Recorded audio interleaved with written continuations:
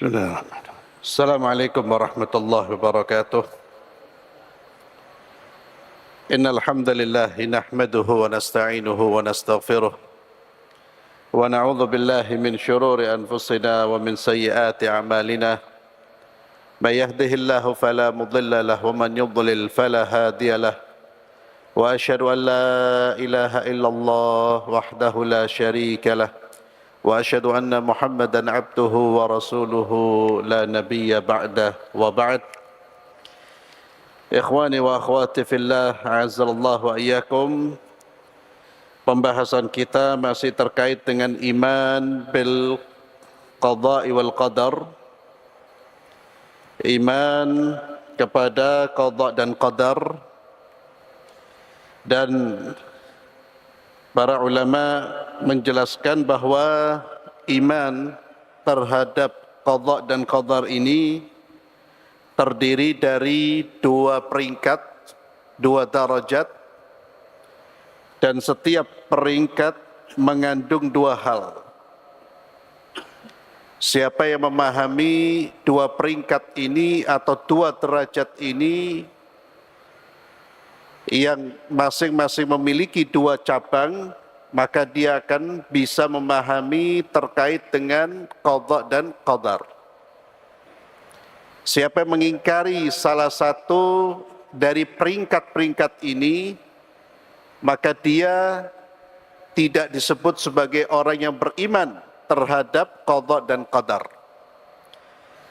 Yang pertama, ad-darajatul ula, al-iman bi anna Allah Ta'ala alimun alima mal khalqu amilun. Mengimani bahwa Allah Subhanahu wa Ta'ala mengetahui apa yang akan dilakukan oleh makhluknya, bi ilmihil qadim alladhi huwa mausufun bihi azalan.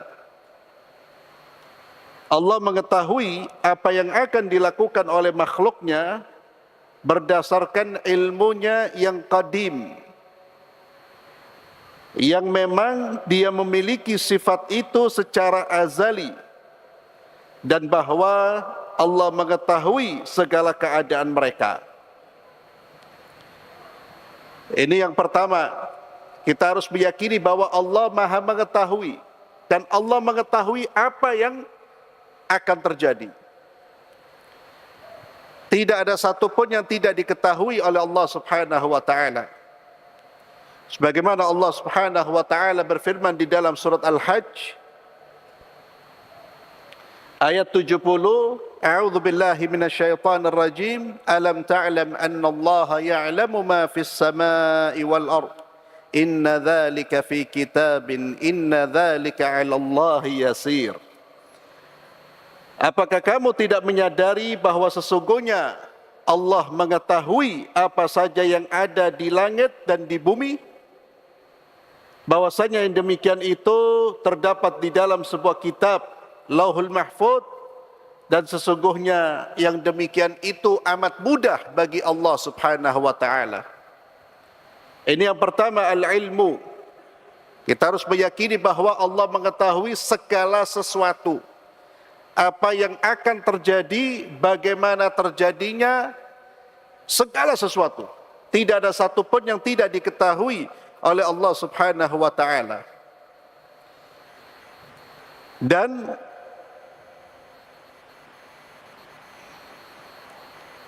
pengetahuan Allah Subhanahu wa Ta'ala ini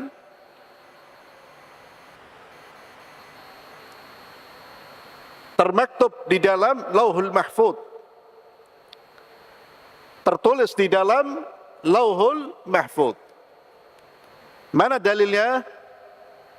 Dalilnya ayat yang baru kita baca.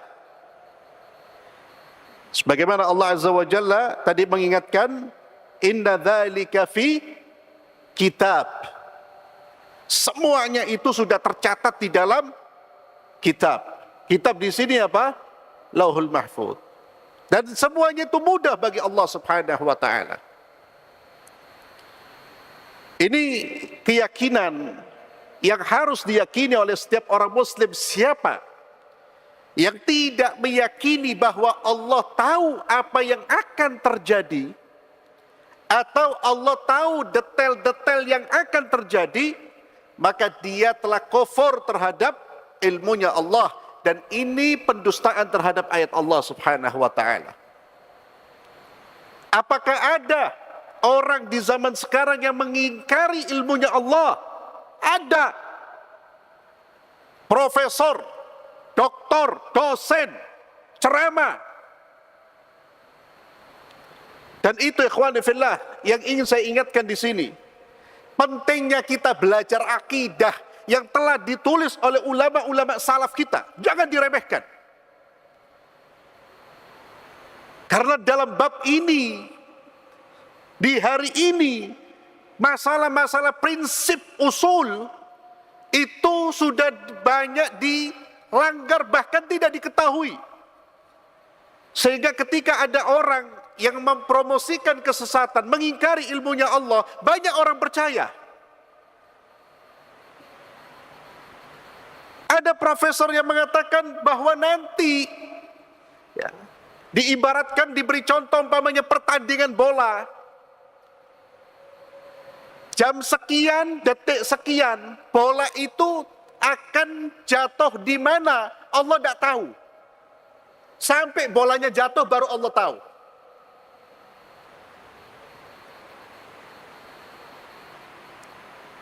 Itu diceramahkan, Pak. Diceramahkan.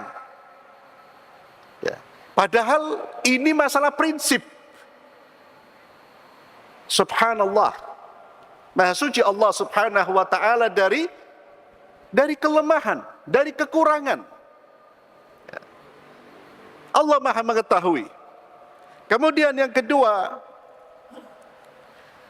fahiyal iman bi masyiatillahi nafidah wa qudratihi syamilah.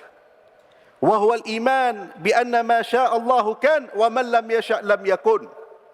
Wa annahu ma fis samawati wa ma fil ard min harakatin wala sukun illa bimasyiatillahi subhanahu la yakunu fi mulkihi ma la yurid wa annahu subhanahu ala kulli syai'in qadir minal mawjudat wal ma'dumat fama min makhluqin fil ardi wala fis sama' illa Allah khaliquh subhanahu la khaliqa ghairah wala rabba siwah wa ma'a dhalik faqad amara al ibad bi ta'atihi wa ta'ati rusulihi wa nahahum an ma'siyati. Yang kedua yang perlu kita fahami, bahwasanya Allah Subhanahu wa taala memiliki kehendak yang berlaku dan kekuasaannya yang bersifat menyeluruh, yakni mengimani bahwa apa yang Allah kehendaki pasti terjadi dan apa yang tidak Allah kehendaki tidak akan terjadi. Man lam yasha' lam yakun. Wa anna ma syaa Allah kan wa man lam yasha' lam yakun. Apa yang Allah kehendaki pasti terjadi dan apa yang tidak Allah kehendaki tidak mungkin terjadi.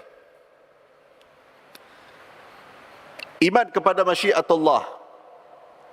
Dan tidak ada di atas muka bumi Allah, bahkan dalam seluruh ciptaan Allah Subhanahu wa taala, baik itu gerakan ataupun sesuatu yang diam, melainkan pasti atas kehendak Allah, dan tidak terjadi dalam kerajaannya apa-apa yang tidak dikehendaki oleh Allah. Dan keyakinan inilah yang membuat kita mengucapkan kalimat apa? Kalau kita janji apa? Insya Allah. Jika Allah berkehendak. Karena kalau Allah berkehendak akan terjadi, Allah tidak berkehendak. Sekalipun manusia berkehendak, tidak akan terjadi. Antum mengucapkan insya Allah itu dengan keyakinan, ya, insya Allah. Tapi yang perlu dikoreksi, insya Allah itu ucapan orang yang memang secara kehendak dirinya, dia memang sudah ingin melakukannya. namun dia sadar bahwa kehendak dirinya tetap berada di bawah kendali Allah, di bawah kehendak Allah, maka dia mengucapkan insyaallah. Ya akhi faddal, silakan antum mampir ke rumah saya. Saya mau mampir ke rumahnya dia, tapi kemauan saya belum tentu bisa terwujud. Kehendak saya belum bisa menghantarkan saya ke rumah tersebut kecuali atas izin Allah. Maka kita mengucapkan insyaallah. Tapi kalau antum tidak mau ke rumahnya, antum tidak mau berkunjung, jangan ngucapin insyaallah. Bilang aja, saya tidak mau, nanti lain kali saja. Fadl mampir ke rumah, silakan mampir ke rumah. Insyaallah, itu artinya insyaallah saya mampir. Saya mau, saya sudah punya kehendak, keinginan. Tapi tetap, saya bukan Tuhan. Ada pengendali alam semesta ini yang punya kehendak mutlak, masyiah yang pasti akan terwujud, yaitu Allah subhanahu wa ta'ala. Allah azza wa jalla berkuasa atas segala sesuatu yang ada maupun yang tidak ada. Tidak ada makhluk di muka bumi ini melainkan pasti Allah yang menciptakannya, dan tiada pencipta selain Dia, dan tidak ada Rabb, pengatur, pemilik, pengendali kecuali Allah subhanahu wa ta'ala.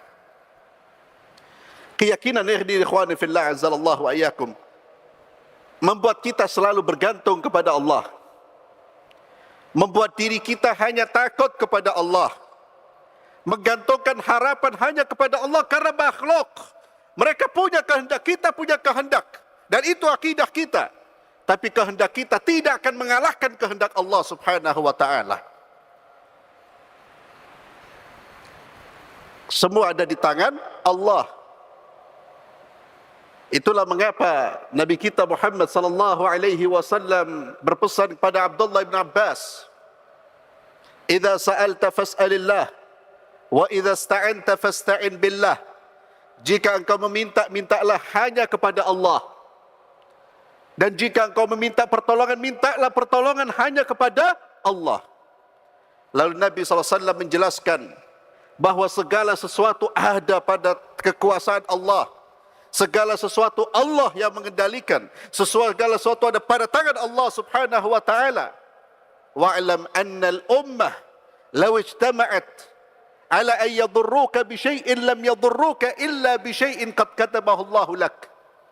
Wa in ijtama'u, seandainya umat, kata Nabi sallallahu alaihi wasallam, mereka bersepakat, bersekongkol untuk menimpakan bahaya kepadamu, maka bahaya itu tidak akan sampai kepadamu kecuali dengan izin Allah. Demikian pula sebaliknya, ketika seluruh manusia, umat bersekongkol, bersepakat, bersatu untuk memberikan manfaat kepadamu, namun Allah tidak menghendaki, tidak akan sampai manfaat itu kepadamu. Semua sudah ada pada tulisan Allah subhanahu wa ta'ala. Artinya semuanya itu tergantung siapa? Allah azza wa jalla. Ini ikhwani fillah azzallahu wa iyyakum. Meskipun demikian, Allah subhanahu wa ta'ala memerintahkan manusia untuk mentaatinya, mentaati rasul-rasulnya, dan melarang mereka dari durhaka kepada Allah subhanahu wa ta'ala. Artinya bahwa kita tetap diperintahkan untuk taat. Kita tetap diperintahkan untuk meninggalkan perbuatan maksiat kepada Allah. Bukan berarti ketika Allah mengetahui segala sesuatu, Allah mencatat segala sesuatu, semua sudah ada dalam Lauhul Mahfuz, kemudian itu membuat kita meninggalkan apa-apa yang diperintahkan oleh Allah subhanahu wa ta'ala. Ikhwani fillah,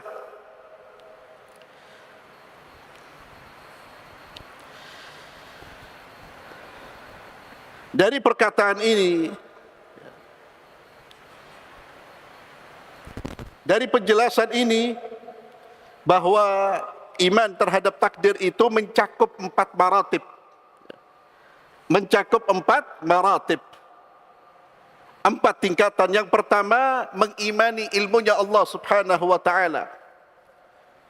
Ilmunya Allah, ilmu yang qadim. Qadim artinya tidak berpermulaan. Bahwa Allah Azza wa Jalla mengetahui perbuatan-perbuatan manusia sebelum mereka melakukannya seluruh. Tidak ada sesuatu yang tidak diketahui oleh Allah. Ini yang banyak diingkari oleh orang-orang rasionalis. Orang-orang yang terpengaruh dengan ilmu filsafat. Yang kedua, kitabatu dzalik fil lauhil mahfuz. Mengimani bahwa hal itu semua ditulis dalam lauhul mahfuz. Yang ketiga, masyiatullah an-nafidha wa qudratuhu syamila. Mengimani adanya kehendak Allah yang berlaku dan adanya kekuasaan yang bersifat menyeluruh. Artinya kehendak dan kekuasaan Allah menyeluruh, segala sesuatu di bawah kehendak Allah. Yang keempat, ijadullahi likullil makhluqat. Mengimani bahwa Allah mewujudkan makhluk-makhluk.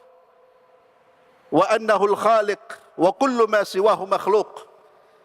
Dan Allah lah pencipta dan segala sesuatu selain Allah, semua selain Allah makhluk yang diciptakan oleh Allah Subhanahu wa taala, di bawah kendali Allah Subhanahu wa taala. Wahada wa inna taqsim al-qadar alladhi yajibu al-iman bihi la khairin wa syarr. Kemudian Syekh menjelaskan terkait dengan pembagian takdir. Biasanya kita mengatakan takdir baik dan buruk. Apakah ucapan ini mutlak benar ataukah dirinci? Innama huwa هذا وإن تقسيم القدر الذي يجب الإيمان به لا خير وشر إنما هو بإضافته إلى الناس والمخلوقات. Sesungguhnya pembagian takdir menjadi baik dan buruk, sesungguhnya hal itu berlaku dalam pandangan makhluk, dalam pandangan manusia. Dan itu boleh, artinya itu dinisbahkan kepada manusia. Ada takdir buruk. Buruk artinya apa? Sesuatu yang tidak menyenangkan jiwanya. Dalam pandangan kita ada sesuatu yang tidak enak. Sakit itu enak apa enggak, Pak? Tak enak. Orang terkena luka, tak enak. Kita mengatakan itu syar dalam pandangan kita. Namun ikhwani fillah, amma bin nisbati ila Allah azza wa jalla fal qadaru khairun kulluhu. Adapun jika dinisbahkan kepada Allah, bahkan dalam pandangan Allah dan takdirnya Allah itu tidak ada sesuatu yang buruk sama sekali. Takdiruhu, tidak ada sesuatu yang buruk sama sekali. Semuanya baik. Wa syarru la yunsabu ila Allah. Maka kejelekan tidak boleh dinisbahkan kepada Allah. Naam, Allah yang menciptakan. Maksiat Allah yang menciptakan.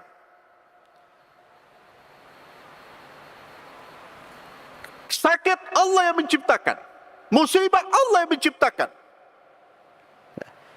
Tapi dari sudut pandang Allah, dari sudut pandang kita melihat takdirnya Allah, semuanya ada, bukan ada baiknya, semuanya penuh dengan kebaikan.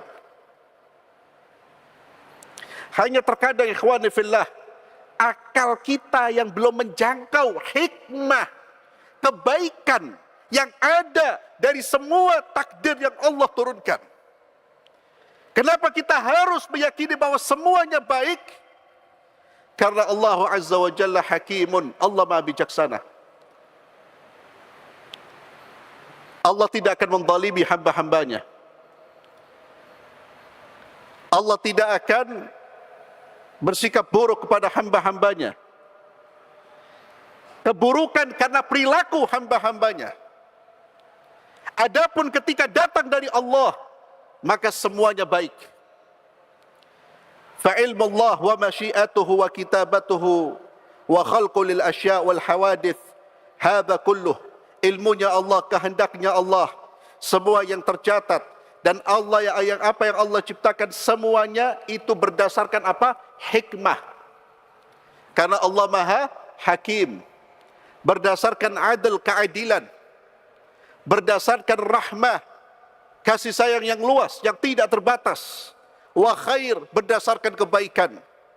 Fa inna syarr la yadkhul fi syai'in min sifatillah. Sesungguhnya keburukan, kejelekan tidak akan masuk sedikit pun dalam sifat-sifat Allah. Subhanallah. Maha suci Allah dari segala macam keburukan, dari segala macam kekurangan. Artinya kalau kita mengatakan ini takdir tak benar, ini takdir buruk, zalim, berarti kita menuduh Allah. Allah memiliki sifat yang buruk.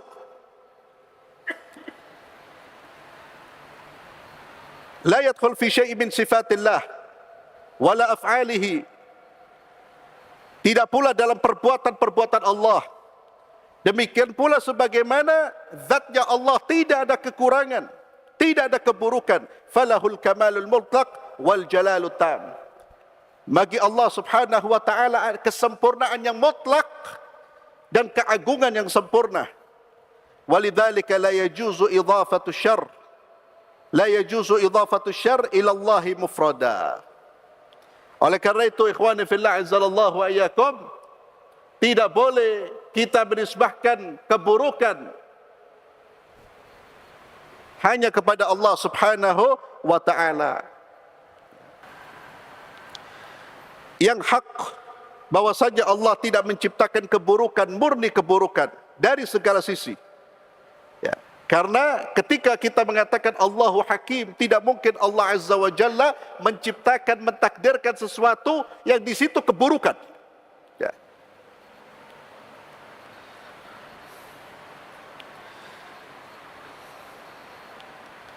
Kemudian Syekh memberikan contoh, fal maradu mathalan, sakit. Misalnya sakit, keburukan. Sakit itu merupakan keburukan bagi pandangan manusia. Musibah dalam pandangan manusia di dunia. Dalam pandangan manusia. Yang terbetik, yang terlihat, yang dirasakan adalah tidak enak. Sesuatu yang menyakitkan. Namun, sakit itu jika ditakdirkan Allah kepada manusia, sebetulnya justru akan mendatangkan kenikmatan yang lebih besar dari apa yang dia rasakan ketika dia sakit. Ketika dia sabar, Allah akan mengganti dengan apa? Syurga. Allah akan mengganti dengan derajat yang tinggi. Dengan sakitnya, dia tersadarkan dari kesombongannya. Dengan sakitnya, dia tersadarkan bahwa dirinya adalah makhluk yang lemah. Dengan sakitnya, dia bisa merasakan nikmatnya Allah. Kalau tidak ada sakit, Pak, bisa jadi manusia. Dan itu yang bisa kita lihat. Belum lagi hikmah-hikmah yang kita tidak tahu.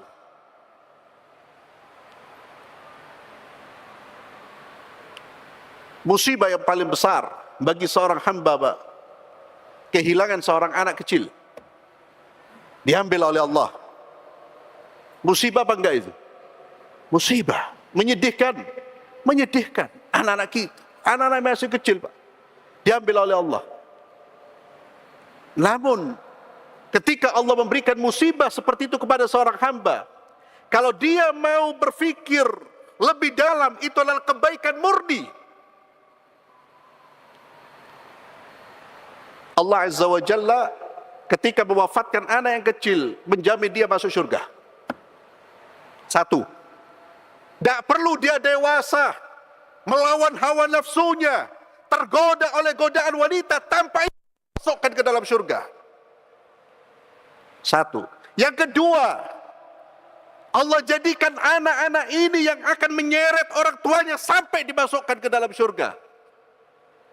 Karena kematian anak-anak kecil itu Anak-anak itu nanti akan menyeret orang tuanya, diseret sampai orang tuanya masuk surga, baru dilepas.